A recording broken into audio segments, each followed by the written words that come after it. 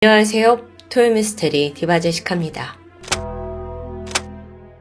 캐나다 동쪽 끝 노바스코샤 지역에는 아일바담이라는 작은 섬이 있습니다. 엽서에나 나올 만한 아주 소박한 풍경을 가진 평화로운 어촌 마을인데 여기엔 캐나다에 처음 이민 온 프랑스 사람들의 자손 약 3천여 명이 모여 살고 있다고 합니다. 작은 지역 특성상 유대관계가 아주 긴밀해서 마치 가족 공동체처럼 삶을 영위하고 있고요. 이 섬에는요, 작은 규모긴 해도 랍스터 어장이 운영되고 있습니다. 이게 섬 주민들에게 아주 중요한 돈벌이 수단이기도 하죠. 여러분, 캐나다에서는 랍스터를 잡으려면 반드시 상업용 라이센스가 있어야 하는데요. 또 라이센스가 있다고 해서 그 등급과 어장의 규모에 따라 최대한 잡을 수 있는 양은 법으로 정해놓고 있는 상황이죠. 한편 매년 4월 말부터 6월 말까지는 일명 랍스터 황금 시즌입니다. 어부들이 최대한의 많은 랍스터를 잡을 수 있고 또 그만큼의 수익을 볼 수 있는 아주 중요한 시즌이에요. 그렇다 보니 어부들은 이때쯤 단 하루도 쉬지 않고 매일 새벽부터 밤 늦게까지 조업에 나선다는데요. 근데 현실적으로 지난 수십 년간 이 지구상의 랍스터 개체수는 점점 감소하고 있는 추세입니다. 그래서 캐나다 정부도 어획량 상한선을 좀 축소했고요. 상황이 이렇다 보니 어부들 간의 신경전도 갈수록 예민해지고 있는 상황이었죠. 그러던 지난 2013년 6월 1일 랍스터 황금 시즌입니다. 아일마담의 어부였던 베나드 삼손 씨가 평소처럼 새벽 6시에 조업에 나섰어요. 출항을 했는데 오늘 할 일은 그 정해진 부표를 찾아가서 미리 던져둔 랍스터 통발을 끌어올리는 일이었습니다. 아침 내내 작업을 했고 이제 좀 쉬나 싶었는데 저 멀리 조금 수상한 물체가 보였습니다. 그래서 배를 그쪽으로 가까이 다가가서 살펴봤죠? 그 정체는 작은 보트였는데요. 옆면이 파손된 채 물에 반쯤 잠겨있는 모습이었죠. 보트엔 일단 아무도 없었고 주변에 연료통과 로프가 막 둥둥 떠다니고 있습니다. 베나드 씨는 혹시나 사상자가 있나 싶어서 일단 캐나다 해안경비대에 연락을 취하게 됩니다.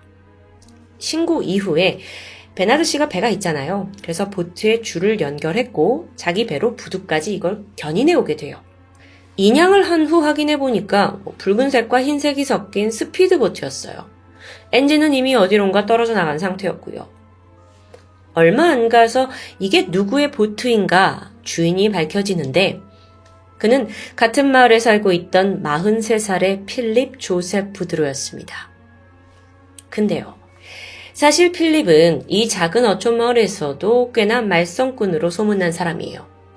어려서부터 학교 중퇴했고 그러다 보니 제대로 읽고 쓸 줄 모르는 사람이었는데 이후 성장 기간 동안 절도, 폭행, 약 80여 건의 크고 작은 범죄 이력까지 있었습니다. 교도소 수시로 들락날락 거렸고요. 오죽하면 이 필립이 출소를 하면 바로 그 주에 꼭 도난 사건이 발생한다라는 반농담 같은 이야기도 있었습니다. 근데 여기서 필립도 좀 억울한 부분이 있긴 했는데요. 때론 자기가 저지르지 않은 일까지 의심을 받거나 또 욕을 먹는 경우가 빈번했기 때문이에요. 그만큼 평판이 좋지 않았으니까요. 어쨌든 필립은 1인용 소형 스피드보트를 소유하고 있었는데 종종 그가 바다에 나와서 험하게 이 보트를 모는 모습이 목격된 적이 있습니다. 그런데 진짜 문제는 따로 있어요. 필립은 랍스터 라이센스가 없습니다. 그래서 공식적으로 랍스터를 잡을 수 없고 잡는다 해도 그건 불법이 되겠죠. 그런데 그는 종종 어두운 그 달밤에 보트를 끌고 몰래 나가서 다른 사람들의 통발에서 랍스터를 훔치는 모습이 목격됐던 겁니다. 이러니까 동네 어부들이 모두 그를 싫어했고요. 완전 도둑놈이잖아요. 평판이 이렇다 보니 필립의 보트가 부서진 채 발견됐다? 사람들 별로 크게 신경 쓰지 않았다고 해요. 오히려 그가 무슨 사고를 치고 또 배 혹시 이렇게 일부러 파손시키고 도망간 거 아니야? 이런 식으로 수군거렸고요. 그러다가 다음날 아침 분위기가 180도 바뀌게 됩니다. 해변으로 필립이 평소 쓰던 모자와 고무장화가 떠밀려 오면서부터였어요. 경찰도 뭔가 이상한 느낌을 받았죠. 그리고 사고 가능성을 두고 수사를 시작하게 되는데요. 그 사이 지역 뉴스를 통해 필립의 실종 소식이 전해집니다. 이때 누군가는 필립이 범죄자였다라는 이유로 망나니가 실종한 걸 뭐 그렇게 뉴스로 떠들어대냐, 당연한 거 아니냐라고 받아들이기도 했어요. 하지만 한편으론 아니 아무리 전과가 있다 해도 이게 사고인지 뭔지는 제대로 알아봐야 하잖아요. 그렇게 수사가 진행이 되는데요. 그때부터였습니다. 이 어촌마을에 기묘한 기운이 돌기 시작해요. 다들 뭔가 쉬쉬하는 듯한데 그러다 경찰이 은밀하게 입수한 정보에 의하면 사실 그동안 동네 어부들이 필립에게 은밀한 심부름을 시켰다는 내용입니다. 무슨 말을 하는 거죠? 무슨 심부름이요? 일단 이 마을에서 어떤 일이 벌어졌는지 좀 알아야 할 텐데 마을 랍스터 어부들 사이에서는 비공식적으로 조업구역이 존재했습니다. 그러니까 나만 조업을 할 수 있는 구역이요. 그들은 각자 서로의 구역을 존중했고 또 그 선을 넘지 말아야 한다는 불문율이 있었죠.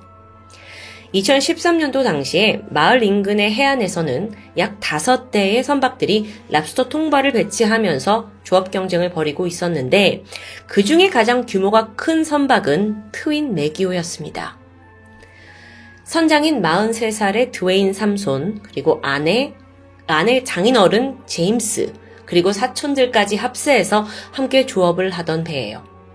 근데 문제가 있었는데 이 트윈 매기호가 어느 순간부터 다른 어부들의 구역을 침범하기 시작한 겁니다. 이건 상당히 기분 나쁜 일이죠.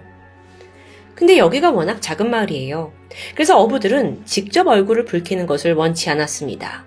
게다가 모두 혈연이나 지연으로 엮여 있어서 대놓고 경고를 주기에도 어려웠고요. 이때 어부들은 다른 방법을 동원하게 되는데 그게 바로 이 마을의 말썽꾼 문제아인 필립에게 돈을 주고서 저 눈의 가시 같은 트윈 매기호의 랍스터 통발을 훼손해버리고 랍스터를 훔치게 했다라는 내용의 소문이었죠.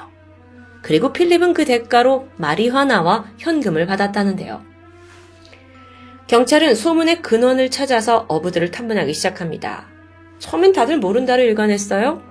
근데 필립의 물건이 떠내려오면서 그가 죽었을지도 모른다, 살인당했을지도 모른다 라는 급한 상황이 되자 하나둘 입을 열기 시작합니다. 필립이 실종되던 그날, 부근에서 조업을 하던 한 어부가 뭔가를 목격했습니다. 필립의 보트와 트윈 매기호가 충돌하는 모습이었어요. 또 다른 어부의 목격담에 의하면 트윈 매기호의 선원이 갑판에서 총을 들고 서 있는 걸 봤다는데요. 평소에 이 트윈 매기호는요, 부두에서 그날 잡은 랍스터를 바로 판매했다고 해요. 그런데 마침 실종 당일에는 배가 평소보다 1시간이나 늦게 들어왔다는 사실도 드러납니다. 들어와서 보니까 그날따라 배 표면에 긁힌 자국들이 눈에 띄었고요. 이거 어떤 상황이었는지 좀 감이 오시죠? 그로부터 며칠 후 경찰서에 뜻밖의 인물이 찾아왔습니다. 그는 트윈 매기호에서 일하던 선원이자 선장의 사촌인 크레이그라는 사람인데 사실 그날 필립의 배와 작은 충돌이 있었다라는 걸 자백하게 됩니다. 모두가 예상했던 대로요. 그에 따르면 사고날 오전 안개가 굉장히 심했는데 필립의 배가 갑자기 어디선가 나타났고 그래서 피할 새도 없이 어쩔 수 없이 부딪혔다라는 사고 경위. 그런데 필립이 이때 막 욕을 하면서 주위를 맴돌고 또 이후에도 몇 번씩이나 배를 고의로 부딪히며 위협했다는 사실도 진술하게 되죠. 즉 정리해보면 자기 트윈 매기호 쪽의 사람들의 잘못은 없다는 내용입니다. 이후 경찰은 그 배에 타고 있던 또 다른 선원, 당시 69살의 제임스를 소환합니다. 선장 드웨인의 장인이죠. 그의 주장도 비슷했어요. 필립이 먼저 조업을 방해하려고 위협적으로 배를 몰았는데 그러다 안개가 있으면서 충돌을 했고 이후로는 나도 어떻게 되는지 모르겠다라는 진술입니다. 그는 오히려 억울함을 호소하는데요. 이 사고로 랍스터 통발 30개나 분실을 했고 그로 인해 수천 달러 손해를 봤다는 내용이었죠. 그럼 필립은 왜 사라졌을까요? 라는 질문에 아마 지가 잘못한 거 알고 스스로 잠적한 거 아니겠냐? 라고 추측합니다. 여러분 들으시면서도 이거 뭔가 막 감추려는 냄새가 나죠. 다들 트윈 매기호 사람들이 입을 맞춘 듯 하지만 사실 이들이 간과한 게 있습니다. 바로 필립의 보트에서 총알 자국이 발견되었다는 부분이었죠. 경찰들이 물었어요. 그렇게 당신들 이야기가 다 맞다면 도대체 이 총알은 어디서 나온 거냐? 집중적으로 총에 대해 추궁했는데 예상치 못한 질문에 어부들은 어버버했고 끝내 크레이그가 진실을 털어놓게 됩니다. 트윈 매기호의 선원들은요, 지난 며칠간 아주 필립을 단단히 벼르고 있었습니다. 자신들의 통발을 막 다 끊어놓고 랍스터 훔쳐가고 눈치챘기 때문이에요. 특히나 장인이었던 그 제임스가 내가 필립을 만나면 버릇을 단단히 고치겠다며 분노를 쌓아두고 있던 상태였죠. 사건이 벌어지던 날 아침, 그날은 분명 안개가 자욱한 날씨였습니다. 트윈 매기호 선원들이 새벽에 바다로 나가서 통발을 확인했는데 필립이 이미 통발을 다 끊어둔 거예요. 그래서 대노하고 있을 때쯤 안개 속에서 보트 엔진 소리가 가까워졌습니다. 그러다 잠시 후 트윈 매기호에 필립의 보트가 부딪혀버린 거죠.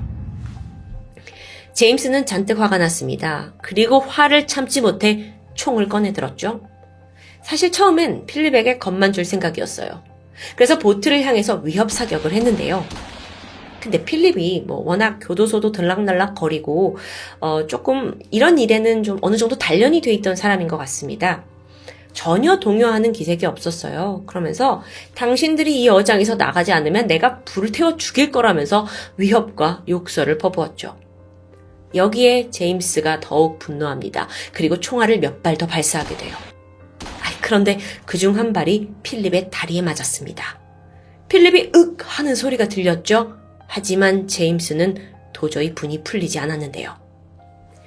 그는 사위인 선장 드웨인에게 필립의 보트를 아예 받아버리라고 지시했습니다. 선장도 배를 몰더니 이 보트를 총 3번이나 들이받게 돼요. 결국 작은 스피드보트가 뒤집혔죠? 바다에 빠집니다. 필립은 다리에 부상을 입어서 제대로 피하지도 도망가지도 못했던 겁니다. 그런데 이후 제임스는 더 잔혹해졌습니다. 보트 옆에서 간신히 물에 떠있는 필립을 한심한 듯 쳐다보더니 이내 끈으로 연결된 그 배에 있는 갈고리 있죠? 그 갈고리로 그를 낚아챕니다. 마치 한 마리의 물고기를 잡은 듯이요. 이후 제임스는 선장에게 그대로 배를 몰라고 지시했죠. 아니 그럼 어떻게 될까요? 필립은 갈고리에 걸린 채 질질 끌려가게 되는 거예요. 이후 트윈 매기호가 한참을 달리다가 정박을 하게 된 곳은 어장이 없는 한적한 깊은 바다였습니다. 이미 여기에 오면서 거센 물살을 견디지 못한 필립은 정신을 잃었고 숨이 끊어진 것과 마찬가지였고요. 이때 선장과 제임스는 아랑곳하지 않았습니다. 그리고 그 깊은 바다로 필립을 던져버려요. 말 그대로 수장시킨 거죠. 그렇게 랍스터 조업을 방해한 복수전이 끝났고 트윈 매기호는 유유히 육지로 돌아왔던 겁니다. 정말 너무 잔인하죠. 바다의 수장이라니요. 어부가 아니고서는 생각조차 할 수 없는 방법일 텐데요. 이렇게 사건의 전말을 파악한 경찰은 일단 시신을 찾기 위해 다이버를 고용했습니다. 풍량, 조류, 속도 다 고려해서 지역의 바다를 샅샅이 뒤졌지만 끝내 시신은 발견되지 않았죠. 그나마 보트에서 떨어져 나온 엔진만 찾아냈습니다. 필립의 배가 발견된 지 일주일 후인 6월 8일, 경찰은 트윈 매기호의 선장 겸 선주 드웨인 삼손과 또 장인 제임스, 선원 크레그까지 총 3명을 2급 살인죄로 체포합니다. 이 조용하고 평화로운 어촌 마을에서 벌어진 일명 랍스터 살인 사건. 이후 캐나다 내뿐만 아니라 각국에서도 이 사건을 취재하면서 순식간에 국제적인 관심을 받게 되었는데요. 드디어 재판이 시작됐습니다. 그런데 상황은 사뭇 다른 분위기로 흘러갔어요. 이 마을 주민들이 다 나서서 가해자들을 옹호했기 때문인데요. 다들 입을 모아서 필립이 먼저 이들을 도발한 게 문제다. 우리한테 이 랍스터, 통발, 조업이 얼마나 중요한지 아느냐. 선원들은 잘못한 게 없다고 편을 들었던 겁니다. 이들이 지은 죄는 그저 어장 구역을 애초부터 침범을 해서 이런 문제를 낳았다는 그 정도뿐이겠죠. 특히 필립에게 총을 쏜 제임스, 그는 이 마을에서 평생 나고 자란 어분입니다. 존경받던 원로고요. 그는 사실 딸과 사위에게 자신의 랍스터 라이센스를 넘겨주고 은퇴한 상황이었거든요. 그러다 황금 시즌에 일손이 부족하니까 그날 함께 배를 탔던 거고요. 반면에 피해자 필립은 랍스터 밀렵꾼, 마약 딜러, 도둑으로 불리던 사람입니다. 그리고 과거에 교도소 들락날락, 범죄 이력까지 다 들춰지면서 재판의 분위기가 살해당한 그가 죽어 마땅한 놈이었네 라는 쪽으로 분위기가 흘러가게 된 거죠. 가해자가 피해자가 되고 피해자가 가해자가 되어가는 아이러니한 상황이었는데요. 재판 결과는 어땠을까요? 캐나다 재판부는 필립에게 총을 발사한 제임스에게는 징역 14년, 또 그를 도와 필립의 보트를 수차례 들이받은 선장에게는 징역 10년, 그리고 살인을 방조한 크레이그에게는 2년의 보호관찰형을 내리게 됩니다. 추후 제임스는 항소하면서 최종적으로 징역 10년이 확정되었죠. 그렇게 사건이 마무리되는 듯한데 잠깐만요, 여러분. 여기서 그냥 넘어가면 안 되는 부분이 있지 않나요? 필립은 분명 이 마을 주민들 중에 누군가의 사주를 받고 트윈 매기호의 통발을 일부러 훼손했던 겁니다. 돈 받고 한 거예요. 애초부터 그는 심부름꾼이었던 거죠. 그럼 처음엔 누가 그에게 지시를 내린 건가가 중요하지 않을까요? 이 부분은 본 사건에서 의문으로 남아 있습니다. 끝끝내 밝혀지지 않았어요. 어차피 필립은 죽었고 주민들은 더 이상 문제를 크게 만들고 싶지 않았던 거겠죠. 이게 작은 어촌 마을의 현실이었습니다. 마지막으로 필립의 장례식에는 거의 모든 섬 주민들이 참석했다고 합니다. 누구는 필립이 불쌍해서 참석했고 누구는 공동체의 일에 빠지는 게 좀 그래서 억지로 참여한 사람도 있었죠. 하지만 그 장례식에서 공통적인 건 주민 모두가 그의 죽음에 대해 침묵했다는 점입니다. 시간이 흘러 제임스와 드웨인 모두 수감된 지 5년도 되지 않아 가석방으로 풀려났다고 전해집니다. 이들은 아마 다시 아일 마담으로 돌아가서 또다시 랍스터 조업을 시작했겠죠. 마을 사람들도 그걸 자연스레 받아들였을 겁니다. 하지만 한 가지 변한 게 있다면 이제 마을에서 필립 사건을 거론하는 것 자체는 금기시되고 있다는데요. 또다시 랍스터 황금 시즌은 찾아올 거고 누군가는 이웃의 구역을 침범할 수도 있습니다. 더 많은 랍스터를 잡겠다는 어부들의 욕심. 그때는 그 일을 도맡아 해주던 필립이 생각날지도 모르겠습니다. 지금까지 토요미스테리 디바제시카입니다. 안녕하세요. 토요미스테리 디바제시카입니다. 2012년 4월 8일 야심한 새벽에 중국 난창시 공항국에 한 남성으로부터 신고 전화가 걸려옵니다. 자신의 조카를 봐주고 있는데 애엄마가 도통 연락이 되지 않는다면서 걱정스러운 신고였죠. 사라진 이는 32살의 여성 리 추메이. 인근에서 옷가게를 운영하고 있었는데 평소 그녀의 생활 패턴은 매우 규칙적이었습니다. 저녁 때 가게 문 닫고 친척에게 맡겨둔 아이 픽업한 후에 집으로 귀가하는 일상을 반복한 거죠. 그런데 오늘 그녀는 아이를 데리러 오지도 않았고 심지어 자정이 넘도록 아무런 소식이 없는 불길한 상황인데요. 게다가 전화도 꺼져 있고요. 신고가 접수된 후 공안은 먼저 리 씨가 운영하는 옷가게에 들렸습니다. 여기서 단번에 심상치 않다는 걸 감지해요. 우선 가게 문이 잠겨 있지 않았는데요. 강도를 의심할 수 있죠? 들어가 보니 카운터에 있던 돈통에 현금은 고스란히 남아 있습니다. 물건 또한 흐트러짐 없이 잘 정돈되어 있었고요. 여긴 오로지 가게 주인 리 씨만 증발한 상태인데요.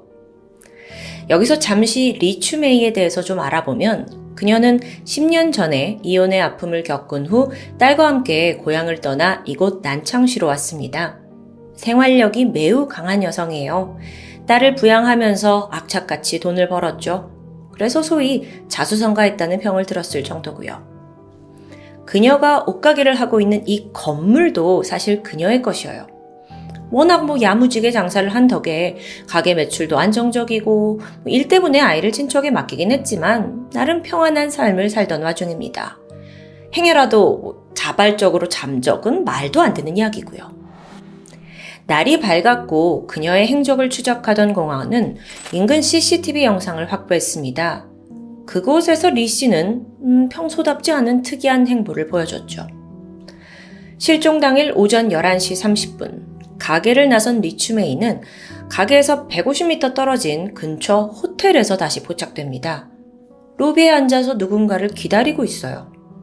그리고 잠시 후 정장을 입은 긴 머리 앳된 여성이 다가왔어요. 둘은 한참 동안 대화를 나눴고 이 젊은 여성이 리 씨에게 여러 서류를 보여주면서 뭔가를 설명하는 듯 했죠. 상당히 비즈니스적인 모습인데요. 그리고 잠시 후 리 씨는 여성을 따라 자리에서 일어납니다.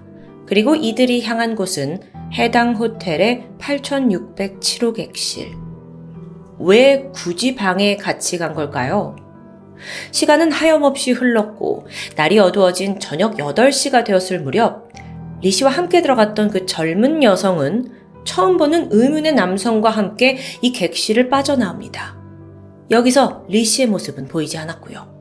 리 씨는 어쩌면 아직 8607호에 있을 가능성이 있죠. 그래서 공안이 바로 출동해서 호텔 측 협조했고 객실 문을 열게 되는데 안에는 아무도 없었습니다. 자초지정을 들어보니까 기록상 이 8607호 투숙객은 전날 저녁 8시에 퇴실을 했다는 답변만 돌아왔죠. 이건 말 그대로 밀실 실종 사건입니다. 즉각 객실에 대한 감식이 시작되었어요. 그 결과 벽면에서 미처 지우지 못한 혈흔이 발견됩니다. 또한 화장실 하수구에서 사람의 것으로 보이는 피부 조직 일부도 발견됐고요.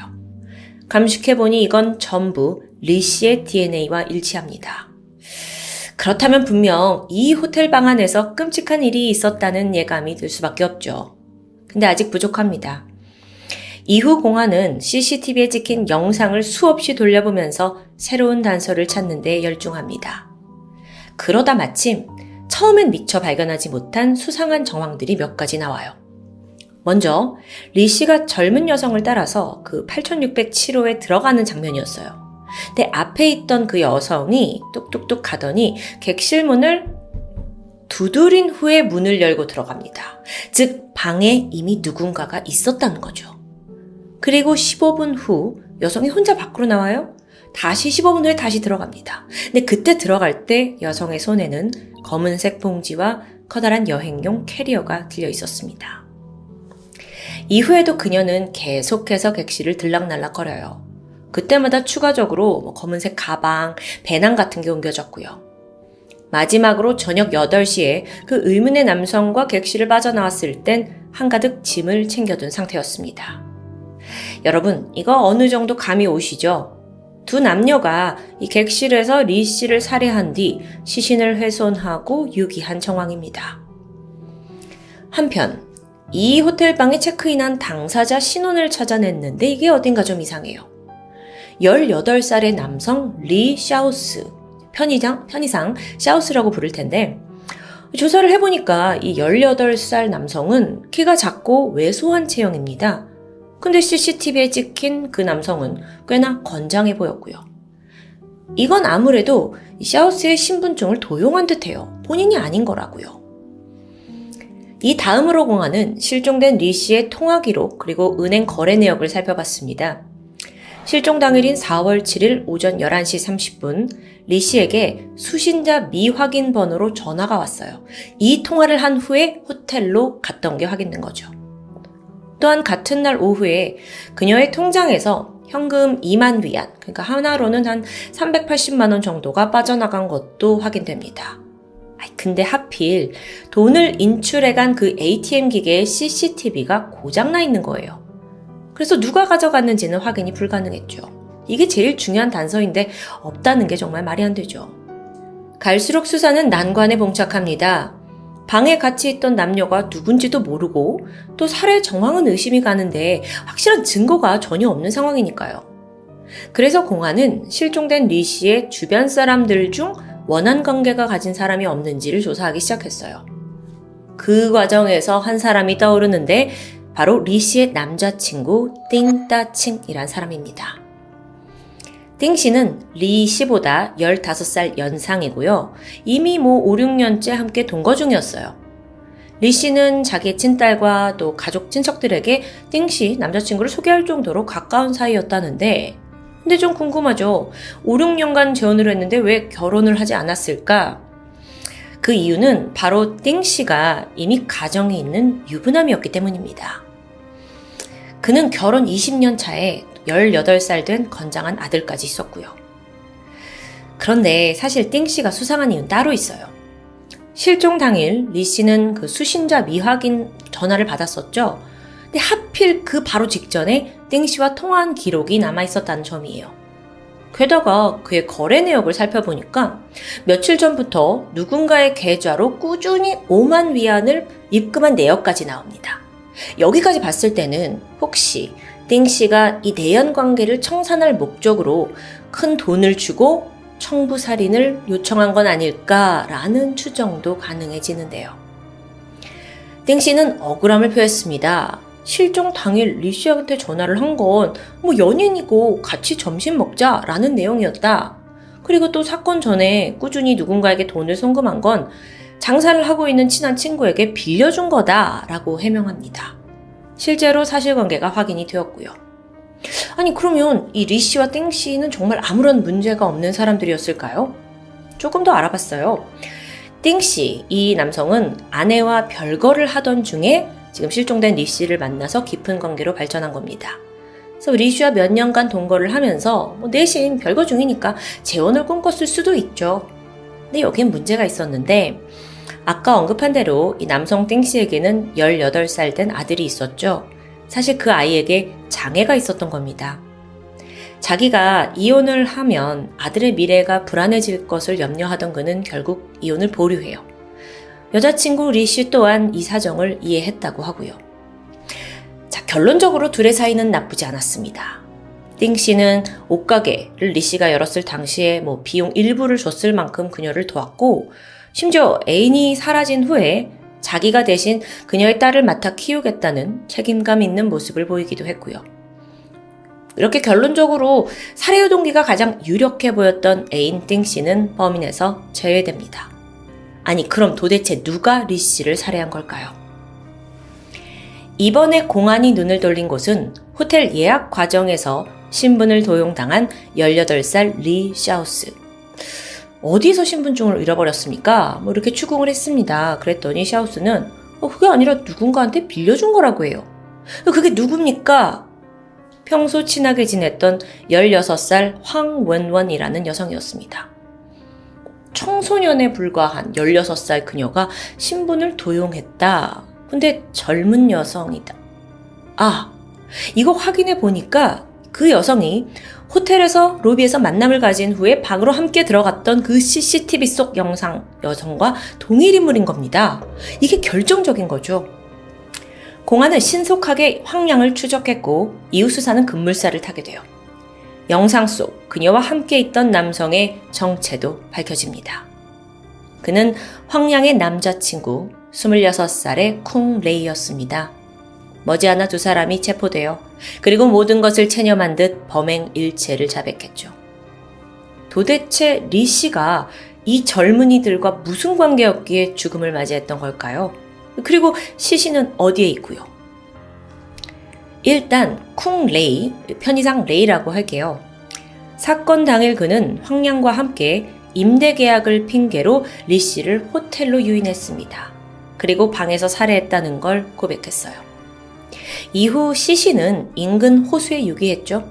그래서 공안이 해당 현장에서 3일 밤낮 동안 수색을 진행했고요. 마침내 시신 한 구가 든 가방을 발견합니다. 그런데 여기서 반전. 이 시신은 실종된 리 씨가 아닙니다.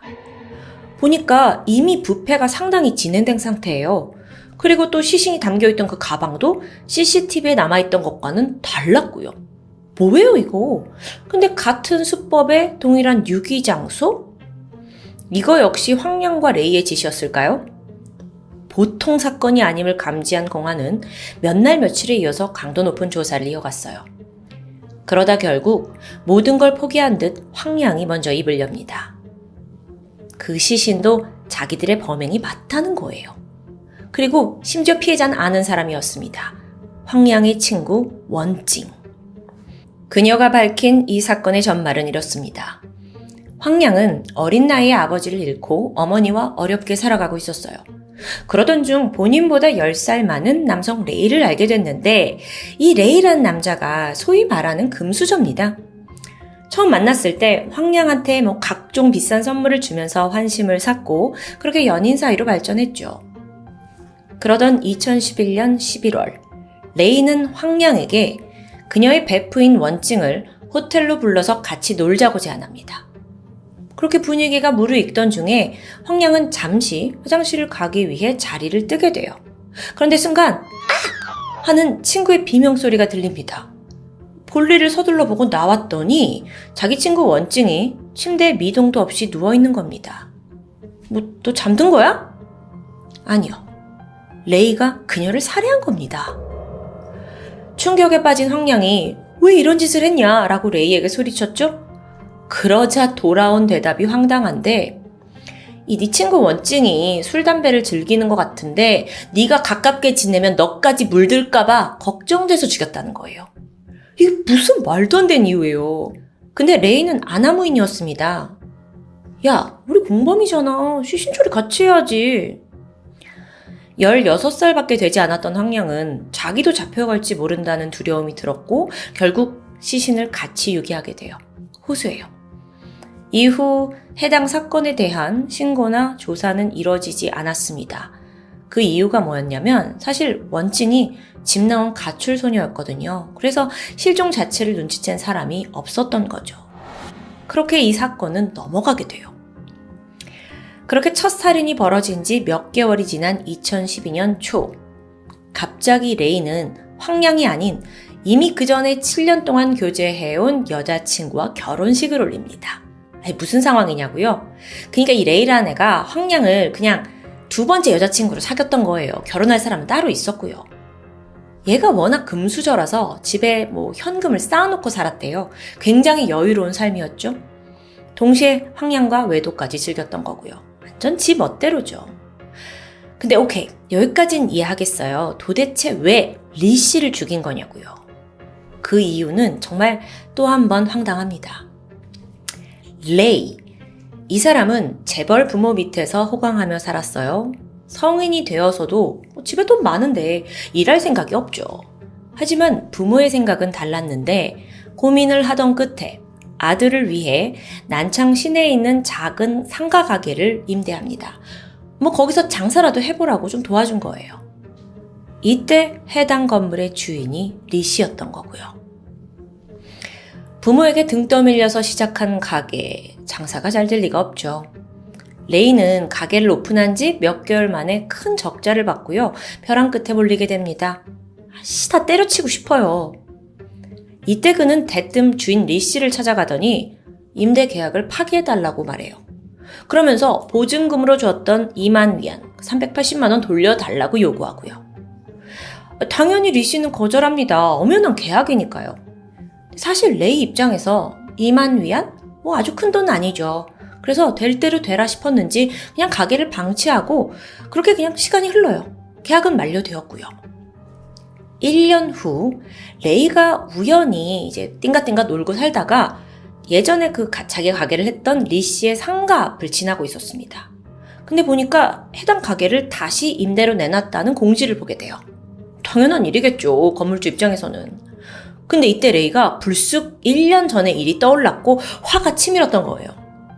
야, 내가 달란 돈은 왜 안 줘? 아니, 분명 지가 잘못해서 벌어진 일인데 불똥이 뜬금없이 리 씨에게 튄 겁니다. 이후 그는 여자친구 황량을 미끼 삼아서 상가를 좀 계약할게요 라는 전화를 통해 리 씨에게 접근하게 돼요. 아무것도 모르는 그녀는 새로운 세입자가 생긴 줄 알고 연락받고 급히 호텔로 갔던 거고요. 그날 황량과 만난 리 씨는 한참 동안 로비에서 대화 나눴죠.